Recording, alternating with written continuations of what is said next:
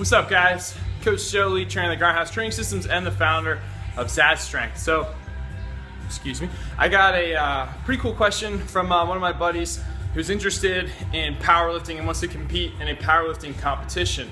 So he actually gave me this question a long time ago with kind of what kind of program should he be on. So I put him on the 531 Jim Wendler. If you don't know 531 or Jim Wendler, check that out. So he's been doing that. He's been getting a lot stronger, really noticing some gains. And so he has this competition that he wants to do, you know, either in a year or at the end of a year or something like that. And he's kind of wondering what's the difference between, you know, training and eating for being a powerlifter versus a bodybuilder. Because he asked me when I did a bodybuilding competition, you know, how was my eating? So when you're training to be a bodybuilder, you go through cycles of bulking, they call it bulking, and then there's cycles of cutting. So bulking is putting on as much size and mass as possible, making your muscles grow as big as possible. Then you go through the cutting phase, which is to get your body as low as possible in fat, you know, to do your competition and look as aesthetic as possible.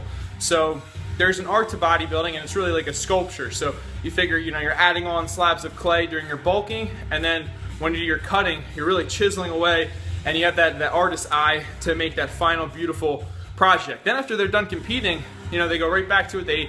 They eat, you know, somewhat normal, but to a bodybuilder, normal is always pretty clean, you know, and kind of put on that bulk.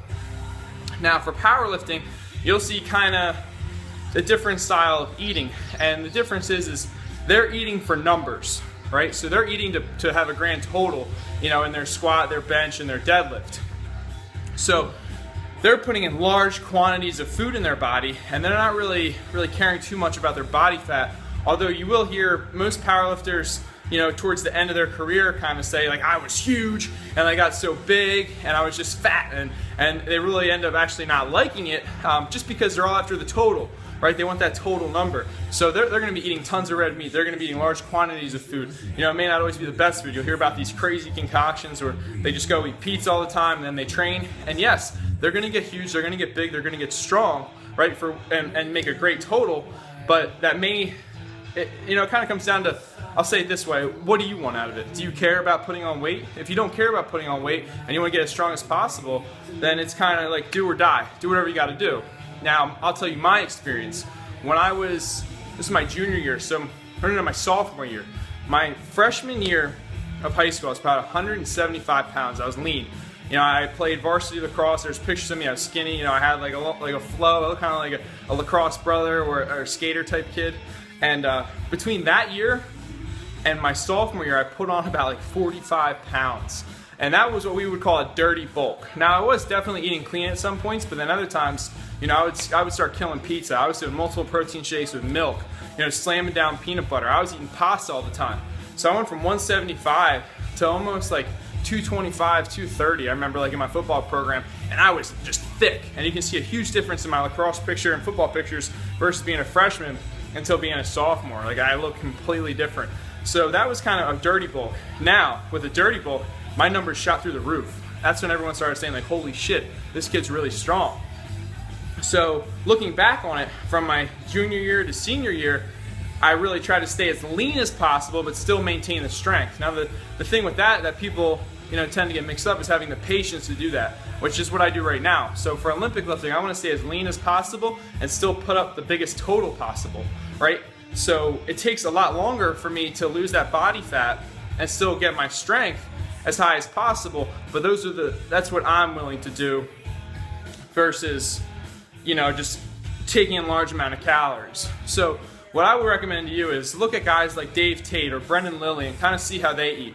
Brendan Lilly, he's on the journey right now of actually leaning down to look as good as possible, and he still is killing it in powerlifting. So that would be my recommendation for you, just from doing the dirty bulk and putting on that much weight real quickly.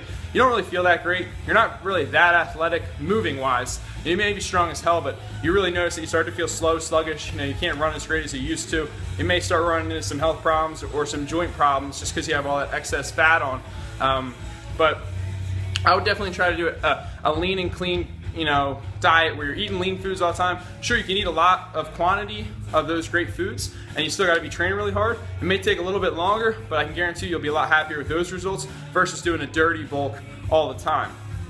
Now, the other thing due to training, I would say, is you were saying, or he was saying something about getting like a bigger neck, bigger shoulders, have that power lifter look. And honestly, to have that power lifter look, one, you just gotta be doing your compound movements all the time. Bench, squat, deadlift, you're doing all sorts of presses, and you're gonna be doing lower reps, heavier weight. So you're putting a huge strain on your body. And if by doing those consistent movements all the time with a lot of weight, you're just gonna be putting on, solid pound per pound muscle, which is gonna give you that look. Huge shrugs, doing shrugs all the time is really gonna bring out those traps. Any type of pull is gonna really make your back nice and wide. Any type of press is gonna bring out, your shoulders and your chest. So if you're doing that and you're sticking to the program, which you are, it's gonna happen. Now the thing you need to realize is, dude, it's gonna take time. I always tell people, I started lifting when I was 13. This didn't happen overnight. I may look big now, but there was a point where I was just a wet noodle going in there with the 15-pound dumbbells and I couldn't feel my chest the next day. So it really takes time, dedication, and the mindset of visualizing, the journey, and embrace that journey. Embrace it for like how long it's gonna take, because once you realize how much work and effort you put into it, at the end you can look back and be like, I did this shit. This is amazing. Like, I feel great.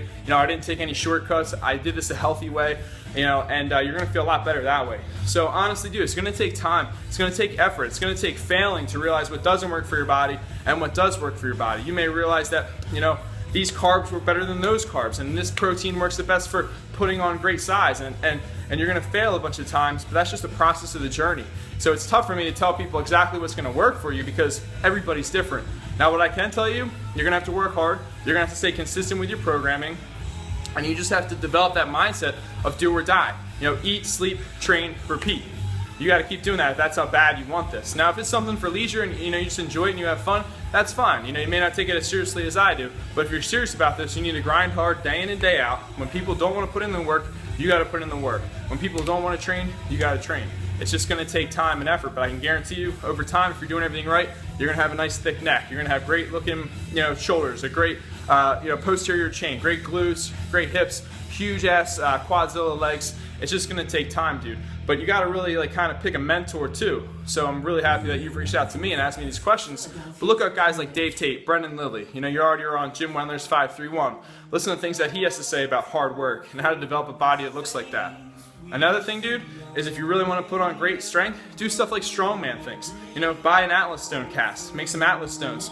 So if you don't know what an Atlas stone is, this is an Atlas stone. So pick up something like this. Start doing Atlas stone carries, throwing it over your shoulder, going for a walk with it, holding it in different directions. Get a sledgehammer, start flipping tires, hitting the tire with the sledgehammer, doing different exercises like that. That's just work strength. So even if you have like a gig of working as a construction man or working for masonry in the summer, take advantage of that, because that's going to directly correlate with your lifts. It'll blow your mind. So just basic stuff like that. Stick to the basics. It's gonna happen. Don't do anything complicated or anything that's crazy or complex. For what you're doing, man, stay simple. Keep that eye on the prize down the road. Follow your heart. Stick to the journey. Keep grinding and keep me posted. I'm excited for you, brother. Hopefully I'll see you around in the summertime. Maybe we'll throw some stones around, flip some tires, push some cars. But that's really all you should be doing. And eating clean, training dirty. All right? Peace.